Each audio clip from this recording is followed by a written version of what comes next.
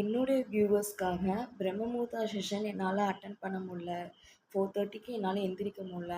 Actually பிரம்மமுகூர்த்தா session வரும்போது fresh up பண்ணிட்டு வந்தால் ரொம்ப நல்லாயிருக்கும். முடிஞ்ச அளவுக்கு குளிச்சுட்டு வந்தால் அதோட பெனிஃபிட் வந்து ரொம்ப நல்லாயிருக்கும். இல்லை என்னால் பிரம்மமுகூர்த்தா செஷன் அட்டன் பண்ண முடியல.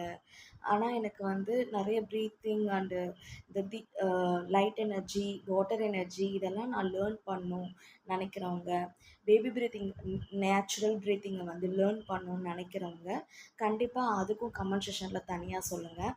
அதுக்காக ஒரு டே நான் ஈவினிங்காக எடுக்கிறேன். சண்டே எவ்ரி சண்டே இல்லை எந்த டே எனக்கு டைம் வந்து எவ்வளோ பேர் சேர்றீங்கன்னு பார்த்துட்டு சண்டே அரேஞ்ச் பண்ணி தரேன். ஸோ அந்த செஷன் வந்து ஈவினிங் செஷனாக தான் இருக்கும் கண்டிப்பாக. But you learn something new things and apply in your life routine. Okay, இப்போ நம்ம லெஃப்ட் சைடு வந்து ப்ரீத் இன்ஹேல் எடுத்துக்கணும். அதை நம்ம ரைட் சைடு நோஸ்ட்ரில்ல வேணும்.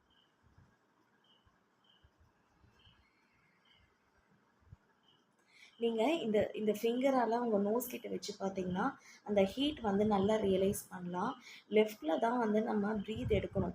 எடுக்கும்போது இப்படிலாம் ஃபோர்ஸ் பண்ணிலாம் எடுக்கக்கூடாது, நேச்சுரலாக எடுக்கணும். ரைட் நோஸ்ட்ரில்ஸில் வந்து நம்ம வெளில விடுறோம்.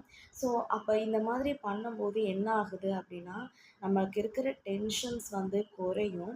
எடுத்த உடனே லெஃப்ட் நோஸ்ட்ரில்ஸில் ப்ரீத்திங் ரைட் நோஸ்ட்ரில்ஸில் விடுறதெல்லாம் வராது. நிறையா பேர் வந்து செஸ்ட் ப்ரீத்திங் பண்ணிகிட்ருப்போம், அது நமக்கே தெரியாது. சில பேர் வாயால் மூச்சு விட்டு மூச்சு எடுத்துகிட்ருப்போம். இன்னொன்று வந்து ப்ரீத்திங் வந்து எப்போவுமே ஸ்லோவாக தான் ப்ரீத்திங் எடுத்துகிட்டு எக்ஸ்கலேஷன் பண்ணும்போது ரொம்ப ஸ்லோவாக தான் நம்ம வெளியே விடணும்.